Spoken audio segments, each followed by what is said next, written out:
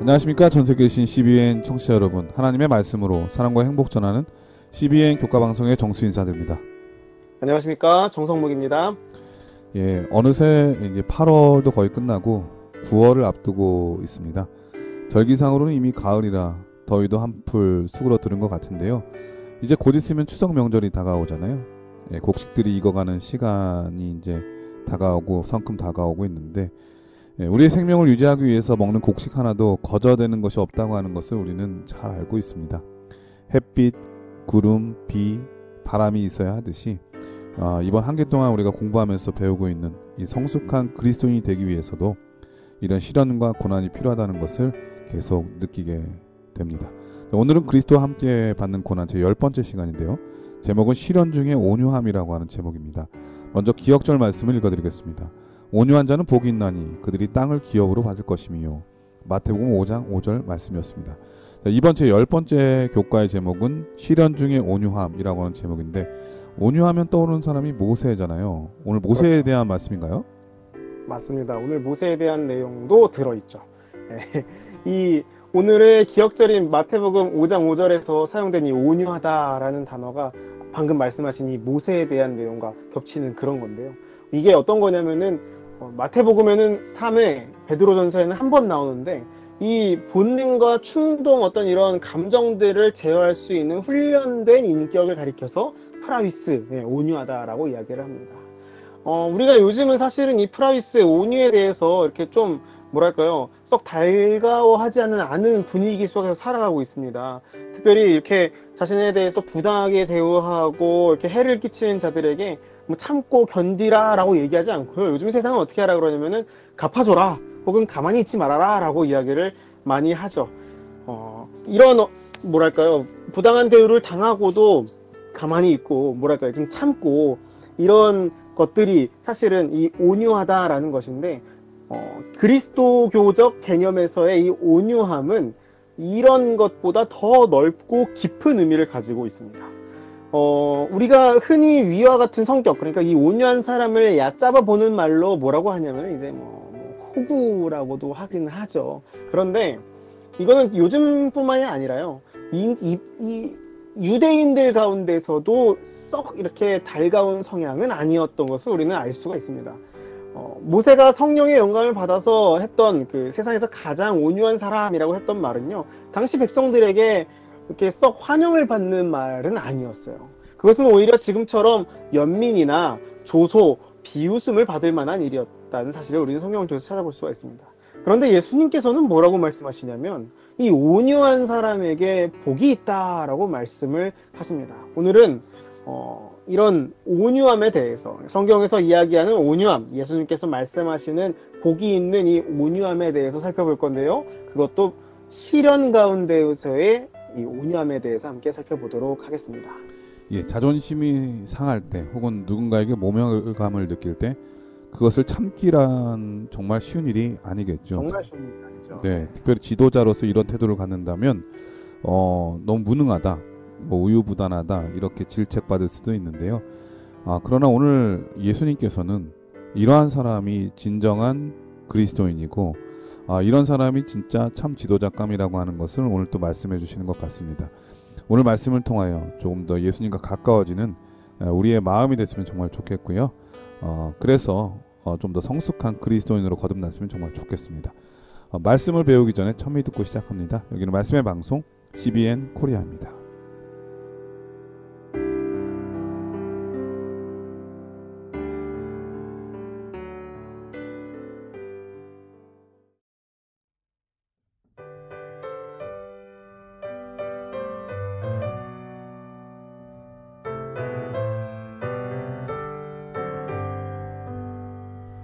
영광의 그날이 오면 차례로 밝으리 새 천사 공주의 힘차게 날아가리 그날부터 주의 종 높아지고 만왕의 왕 오실 그때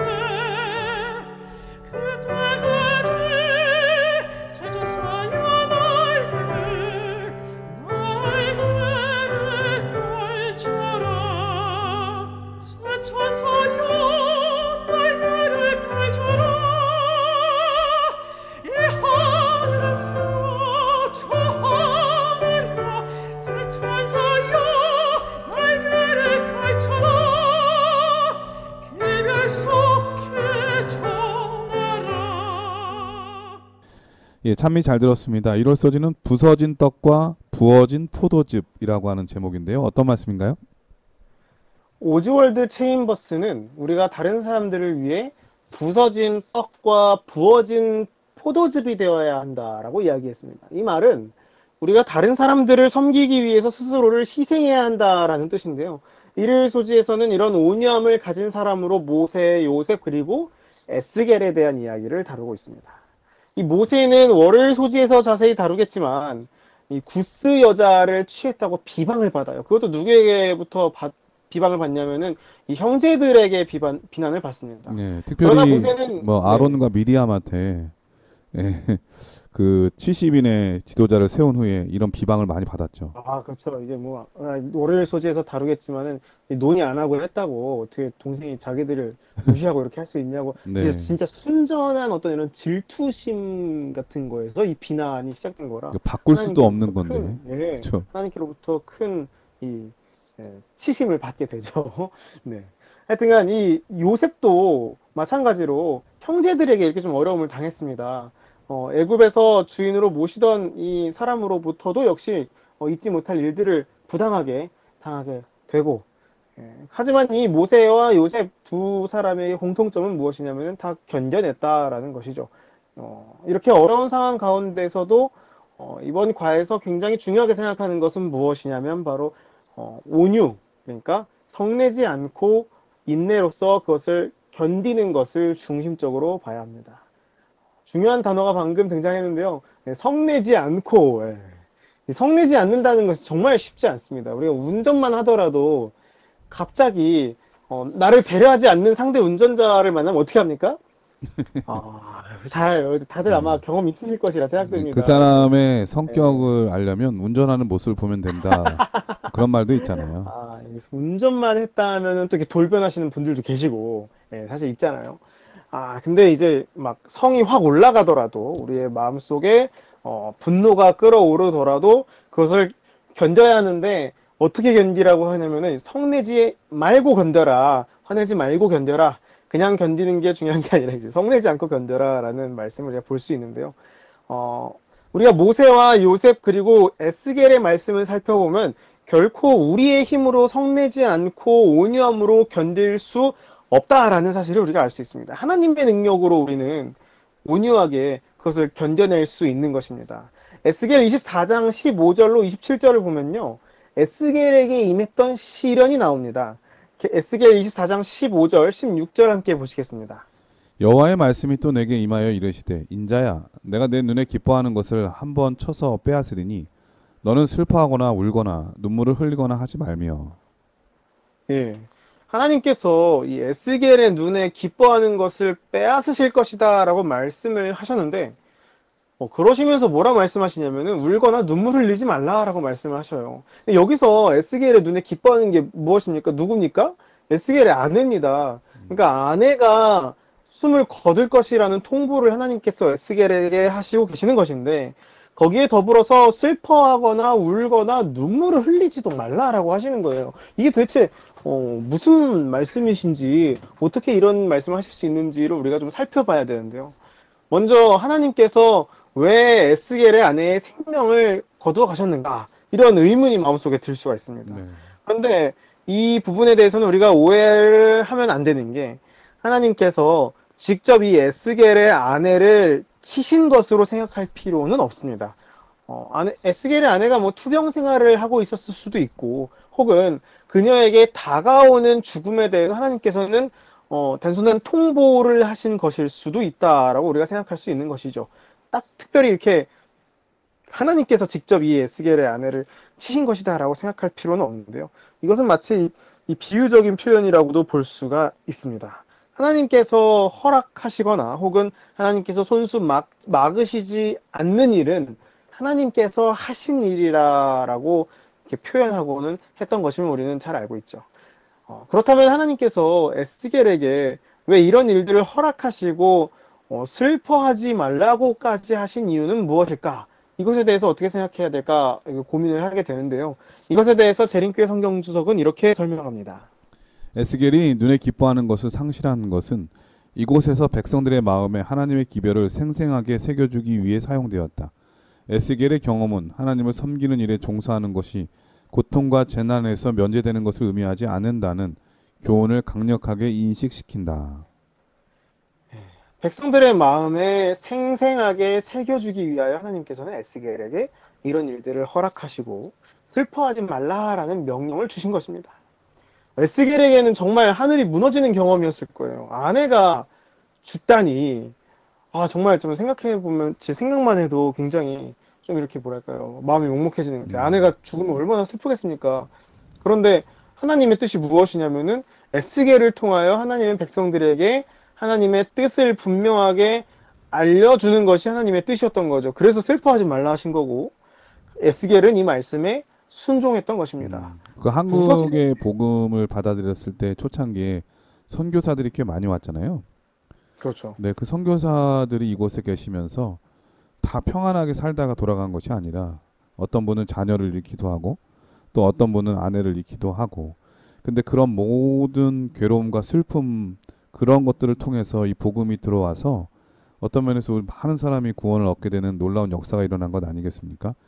그런 면에서 이제 하나의 미랄로서 그런 역할을 하는 것과 동시에 또 우리 안에 기뻐하는 것을 잃어버렸을 때의 그 슬픔이 얼마나 괴로운지에 대한 그런 마음, 하나님의 마음을 이해하기 위한 하나님의 특별한 이 권고의 기별이 아니었나, 그런 생각이 드네요. 목사님 말씀 정말 잘 이해가 되는 것 같습니다. 136페이지 교훈에 보면은 좀 더 자세하게 이렇게 기록하고 있습니다. 성경에 나오는 많은 하나님의 종들은 자신의 부서지는 경험을 통해 하나님의 권능을 나타내었다. 우리도 다른 사람을 위해 부서지기를 두려워하지 말아야 한다. 우리도 부서지기를 두려워하지 않기를 간절히 바랍니다.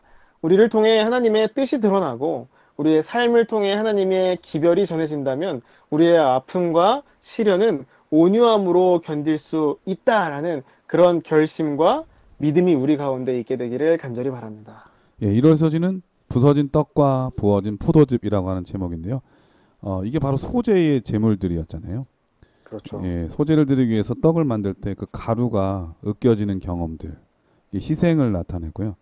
이 포도즙의 열매를 그 음료를 만들기 위해서 그 틀에서 쥐어 짜지는 그런 고통이 있을 때 비로소 음료가 만들어지듯이 이 모든 것들이 바로 예수님의 희생을 나타낸다고 하는 것을 오늘 배울 수가 있었습니다. 예, 우리도 부서지는 경험을 통해서 다른 사람을 구원할 수 있는 그런 믿음의 성숙한 사람이 다 되었으면 정말 좋겠네요. 자, 월요일 서지는 은혜 베푸기를 중재함이라고 하는 제목인데요. 어떤 말씀인가요? 출애굽기 32장에 보면 모세가 정말 요즘 말로 극대노, 크게 화를 낼 만한 일이 등장을 하죠. 4절 함께 보시겠습니다. 아론이 그들의 손에서 금고리를 받아 부어서 조각칼로 새겨 송아지 형상을 만드니 그들이 말하되 이스라엘아 이는 너희를 애굽 땅에서 인도하여 낸 너희의 신이로다 하는지라. 모세가 시내산에 올라간 사이에 이 내려옴이 더딤을 보고 아론과 그 남은 백성들이 뭘 만드냐면은 이 금송아지 만든 겁니다. 얼마나 머리 끝까지 화가 나는 상황이겠습니까? 이런 상황 속에서 하나님께서 모세에게 이 진노하신 모습을 보여주시는데요. 10절입니다. 그런즉 내가 하는 대로 두라. 내가 그들에게 진노하여 그들을 진멸하고 너를 큰 나라가 되게 하리라. 하나님께서 이스라엘 백성들을 다 진멸하시고 모세로 하여금 새롭게 큰 나라를 세워주시겠다라고 말씀을 하시는 것입니다. 하나님이시면은 사실 충분히 가능한 일이죠. 어렵지 않은 일입니다. 그런데 이것은 사실 무엇이었냐면 모세에게 주어진 시험이었습니다. 모세는 선택해야 했었어요. 모세 자신의 영광과 하나님의 명예와 모세의 책임하에 있는 자들의 행복 사이에서 한 가지를 선택해야 했던 거죠. 사실 근데 모세 입장에서도 화가 많이 났을 거예요. 이 지금 하나님의 율법을 받았는데 백성들이 내려와 보니까는 금송아지를 만들어서 우상 숭배를 섬기면서 바로 하나님을 거역하고 또 우상 숭배를 그렇죠. 만들어서 하나님 화나게 했으니까 모세는 얼마나 더 화가 났겠습니까? 그런데 그는 하나님의 말씀대로 그럼 멸망하세요 이렇게 할 수 없었던 이유는 그 백성들을 사랑하는 마음이 너무 컸기 때문 아닐까요?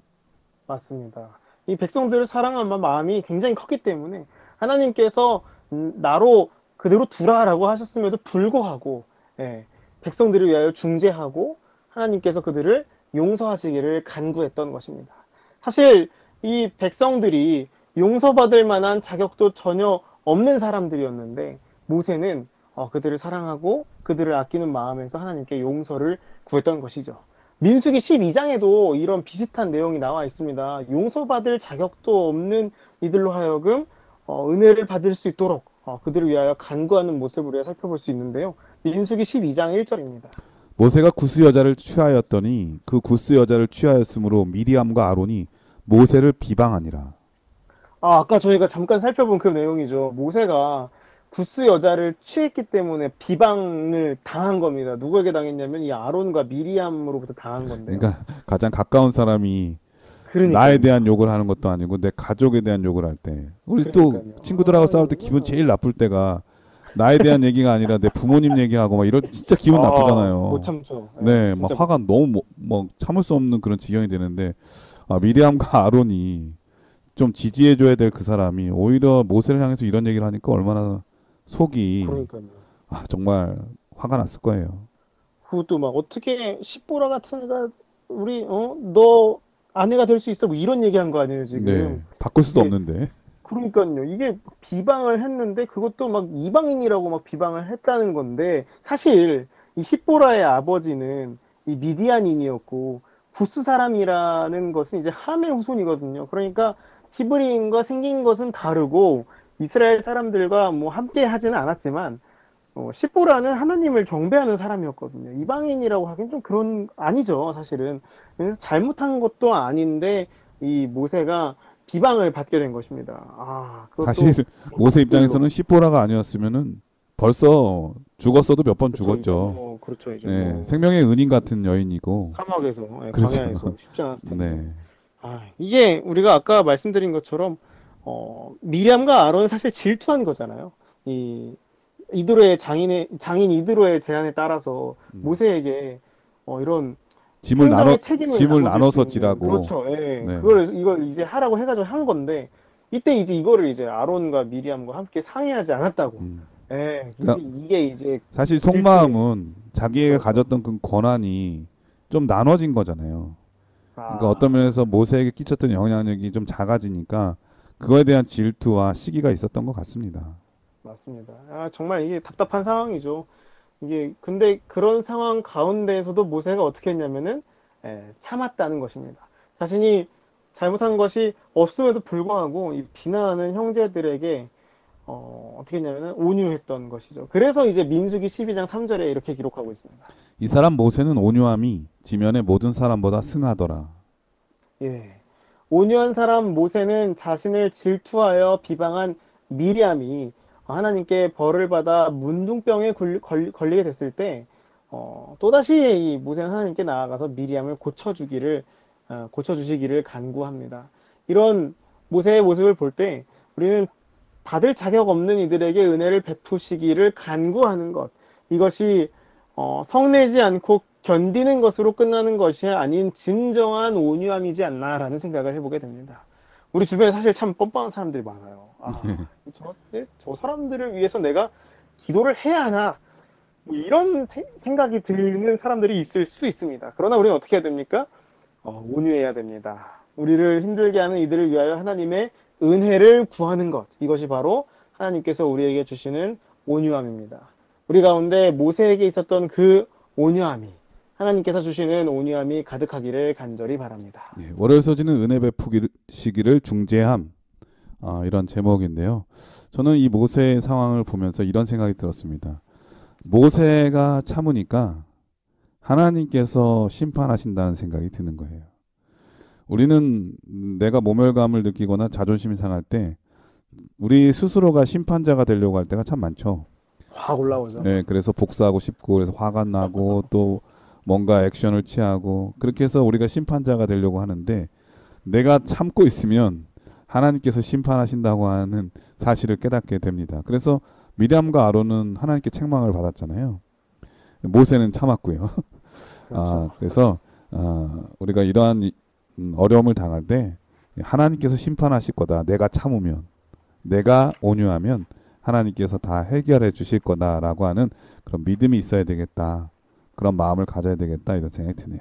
화요일서지는 상처를 주는 사람을 사랑함이라고 하는 제목입니다. 어떤 말씀인가요?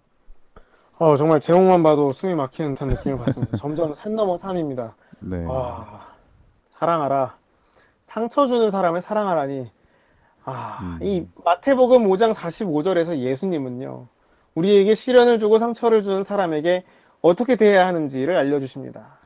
함께 46절 보겠습니다. 네, 이같이 한즉 하늘에 계신 너희 아버지의 아들이 되리니 이는 하나님이 그 해를 악인과 선인에게 비추시며 비를 의로운 자와 불의한 자에게 내려 주심이라.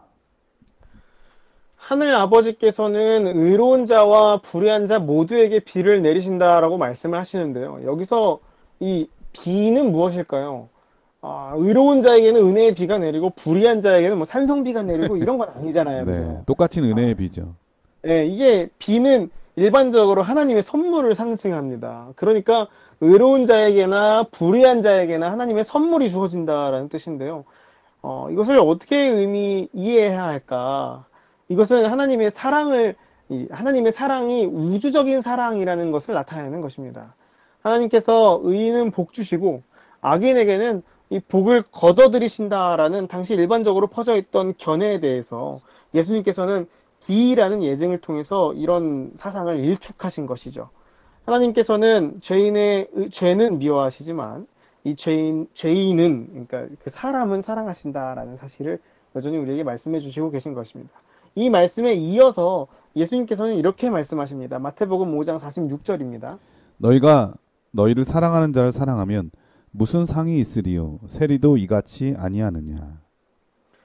우리는 자연스럽게 나를 좋아해주고 나한테 잘해주고 나를 사랑해주는 사람을 좋아하게 됩니다. 나도 잘해주고 싶어져요. 근데 예수님께서는 어떤 말씀을 우리에게 주시냐면은 나를 사랑하는 사람만 사랑하면 너희가 그게 뭔 자랑이라고 이렇게 얘기를 하고 다니느냐. 세리라는 말씀 무슨 말씀입니까? 너희가 그렇게 무시하고 죄인이라고 이야기하는 세리도 자신을 사랑하는 사람은 사랑한다. 이런 말씀을 하고 계시는 거예요. 이 말씀이 정말 제 마음을 정말 많이 찌르는 말씀이었습니다.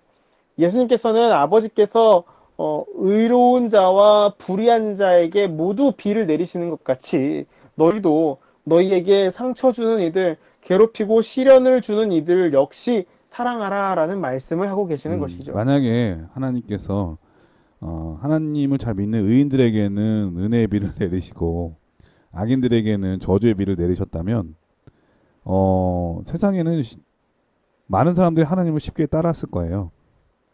그런데 그게 진정한 자발적인 순종이나 믿음은 아니라는 생각이 듭니다.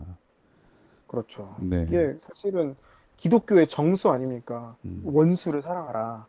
네, 이런. 근데 저는 상처 주는 사람에게 무관심할 수는 있어요. 네, 그냥 이해하고 무관심할 수는 있는데 사랑하는 것이 쉬운 일은 아니잖아요.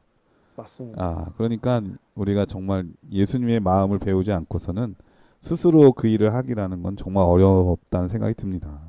맞습니다. 제가 이 말씀을 이렇게 준비를 하면서 원수를 사랑하라라는 말씀에 대해 생각을 하다가 네. 정말 좀 간단하지만 좀 전에 일이 좀 생각이 나는데요.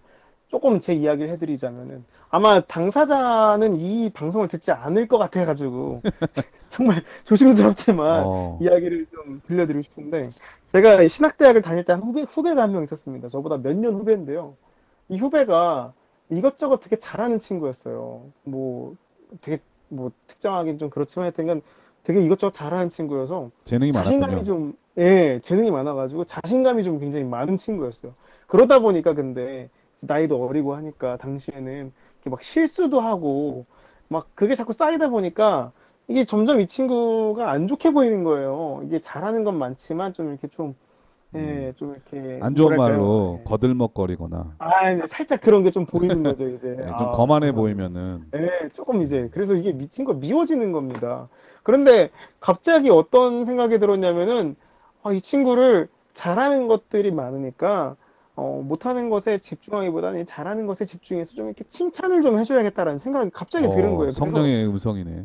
그러니까 지금도 이해할 수가 없는데 어떻게 보면 이제 요즘 말로 이제 무지성 칭찬을 하기 시작했습니다. 생각도 안 하고 이게 별것도 아닌데 그냥 이 친구를, 이 후배를 계속 칭찬해 주는 거예요. 그래서 뭐만 하면 아, 잘했다. 아, 누구야, 너무 잘했다. 멋지다. 너 정말 왜 이렇게 멋지니? 보기 싫어도 계속 칭찬을 하는 거예요. 이렇게 칭찬을 진짜 한 2년을 했습니다. 오. 그랬더니 점점 변하는 거예요.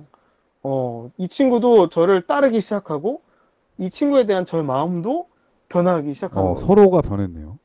네, 정말 신기했어요. 그래서 이 친구가 군대 가서도 휴가 나왔다고 저한테 전화하고, 그 다음에 뭐, 이렇게 막 무슨 일 있을 때마다 저한테 전화해서 갑자기 막 보고 싶다고 전화하고 막 그랬어요. 네. 남자 후배는 좀 그렇긴 하지만 하여튼간 그랬거든요.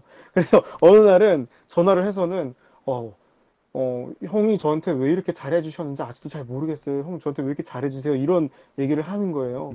사실 제 마음은 이 친구가 너무 미웠는데, 칭찬을 하다 보니까 미워하는 마음이 점점 누그러들고 수그러들고, 이렇게 뭐랄까, 좋아하는 마음으로 이 바뀌는 경험이 저에게 아. 사실 개인적으로 좀 있습니다. 그러니까 상처를 주는 사람을 사랑하기 위한 제일 좋은 방법은 일부러라도 칭찬해주는 연습을 하는 거 정말 좋은 그렇죠. 거네요.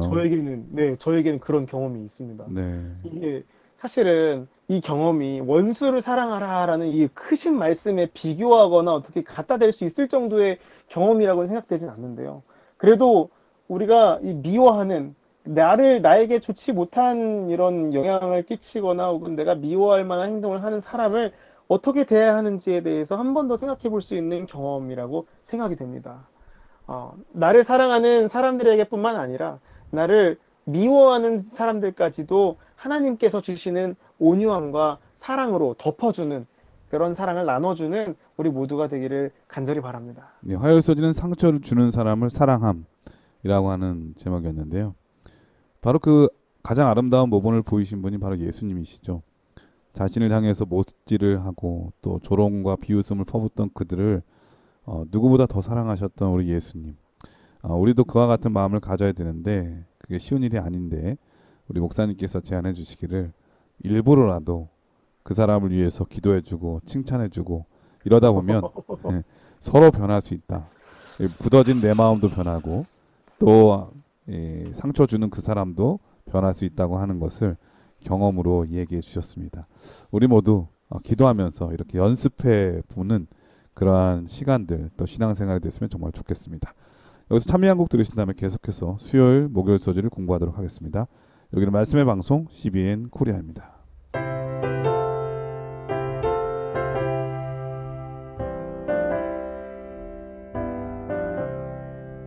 예수 앞에 나오면 모든 죄 사하고 주의 품에 안기어 편히 쉬겠네.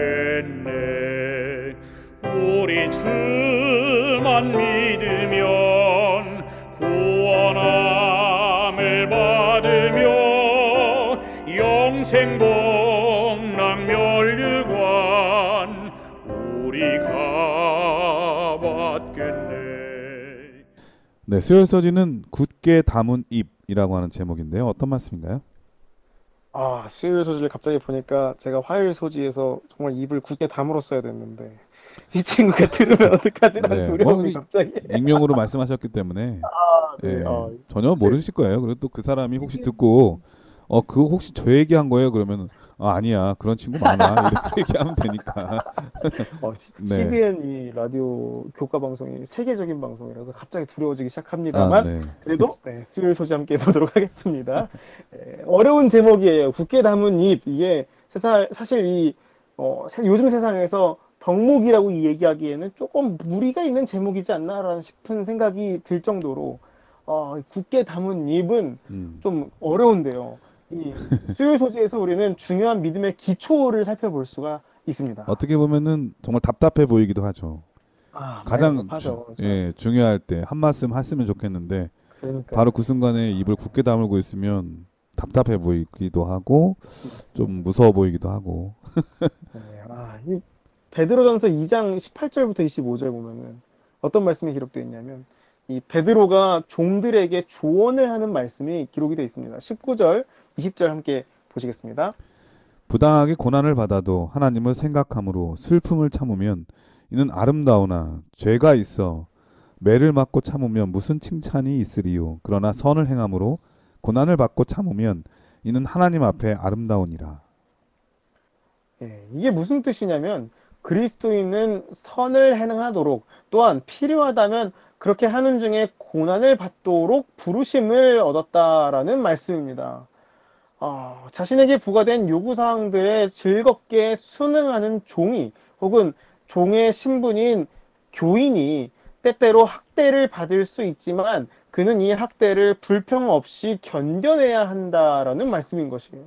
그러니까 이것이 바로 온유함이다라는 말씀인 것이죠. 그런데 이런 온유함을 받기 위해서 우리가 반드시 가져야 하는 믿음이 있습니다. 그것은 바로 무엇이냐면 이런 모든 불합리한 상황 가운데에서도 하나님의 역사하심을 기억하고 이 모든 것을 주관하시는 분이 바로 하나님이시다라는 믿음이 우리에게 있을 때에 우리는 온유하게 될 것이라는 말씀인 것이죠.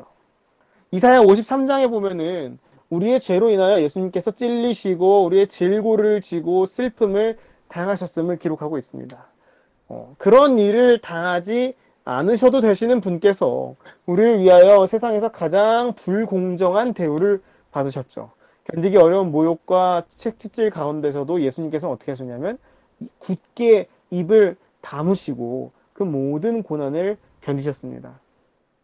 이 당신의 정당성을 드러내시기 위한 어떠한 말씀도 하지 않으시고 하나님의 그러니까 아버지의 영광을 위하여 온유함으로 그 모든 고난을 견뎌내신 것이죠. 우리 가운데 이런 온유함이 있게 되기를 간절히 바랍니다.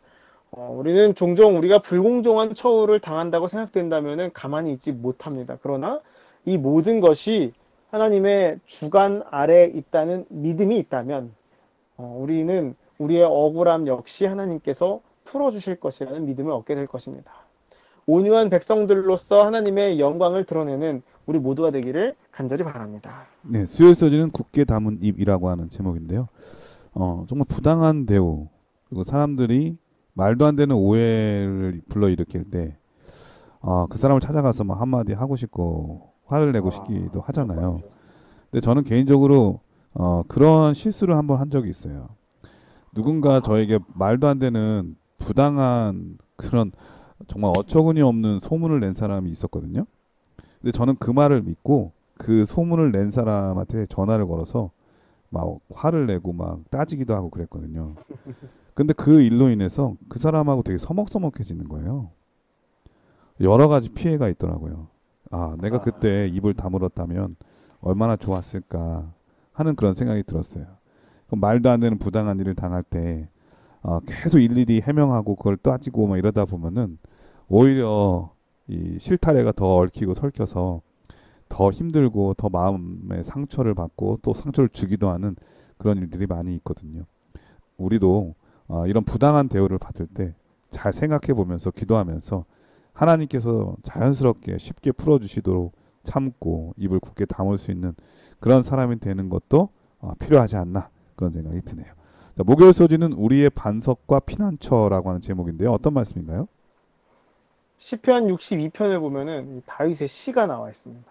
그런데 이 다윗의 시에는 반복적으로 나타나는 주제가 있는데 그게 바로 무엇이냐면 하나님만이 나의 구원이시다라는 것입니다. 시편 62편 2절 함께 보시겠습니다.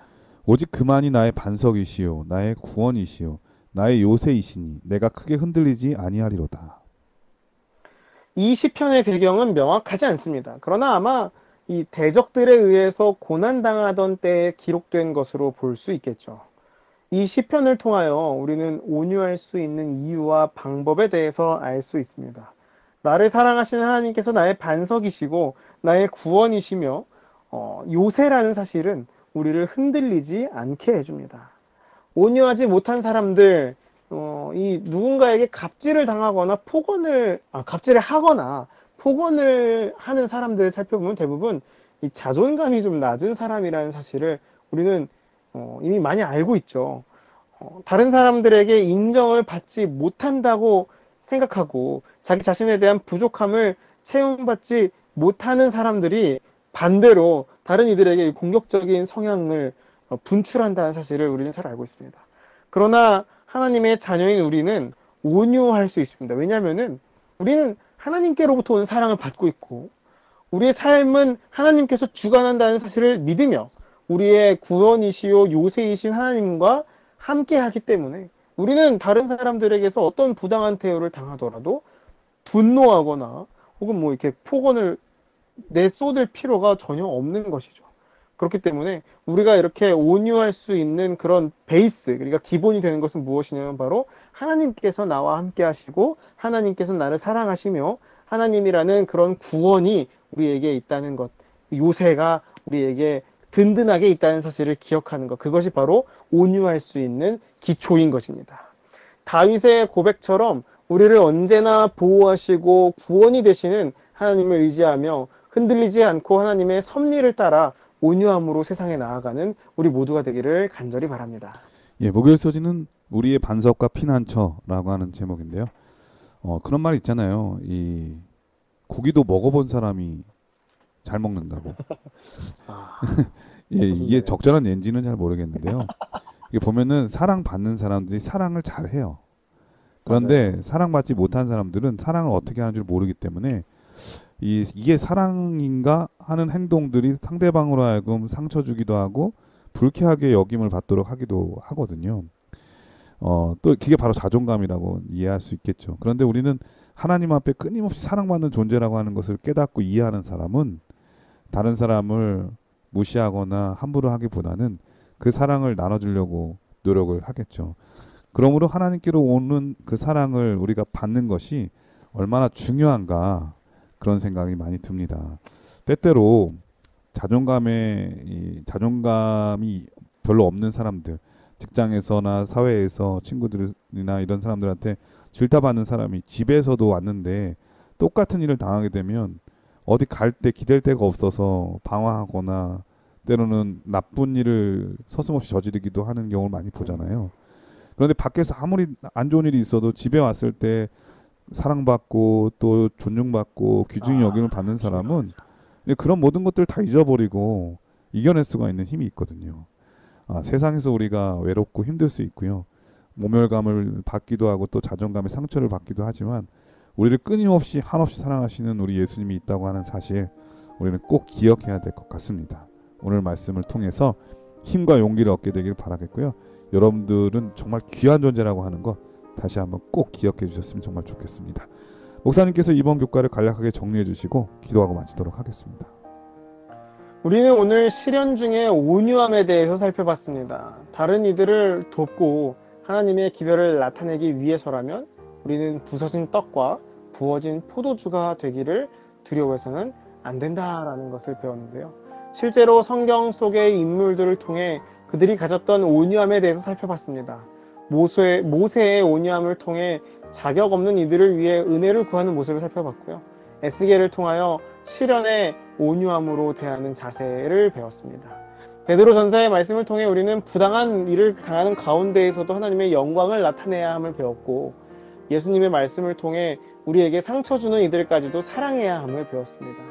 정말 하나같이 쉽지 않은 말씀들이지만 우리는 우리를 언제나 사랑하시고 우리의 구원 되시는 하나님께서 함께 하시기 때문에 하나님의 능력으로, 하나님께서 주시는 온유함으로 이 모든 시련을 견뎌낼 수 있음을 확신합니다. 우리 모두 하나님께서 주시는 온유함으로 세상에 하나님의 영광을 드러내는 우리 모두가 되기를 간절히 바랍니다. 네, 목사님의 기도로 교과를 마치겠습니다. 하늘에 계신 아버지, 우리 가운데 하나님의 온유함이 있게 되기를 간절히 바랍니다. 세상에서 부당한 일을 당할 때, 그리고 나를 미워하는 사람을 만나고 내가 전혀 사랑할 수 없을 것 같다고 생각되는 그 사람을 만날 때에도 하나님의 사랑으로, 그리고 하나님의 온유함으로 하나님의 영광을 드러낼 수 있도록 인도하여 주시옵소서. 부서지기를 두려워하지 않고 정말 부어지는 것을 두려워하지 않는 주의 자녀 되기를 간절히 바랍니다. 주님께서 함께하여 주시옵소서. 예수님 이름으로 기도합니다. 아멘. 아멘. 네, 전 세계 계신 CBN 청취자 여러분, 지그 지글러라고 하는 사람은 이런 말을 했습니다. 행동하는 사람 2%가 행동하지 않는 사람 98%를 지배한다. 저는 이 말씀을 이렇게 바꾸고 싶어요. 우리의 믿음의 긍정적인 생각 2%가 부정적인 생각 98%를 지배할 수 있다고. 그래서 바꿀 수 있다고. 우리가 자존심 상하고 모멸감 당할 때 예수님을 생각하는 그 마음으로 그 모든 부정적인 생각을 또 나쁜 생각들을 이겨낼 수 있는 그런 한 주일이 되기를 간절히 바라면서요. 저희는 다음 주에 더 좋은 모습으로 찾아뵙겠습니다. 건강하시고요. 안녕히 계십시오. 감사합니다.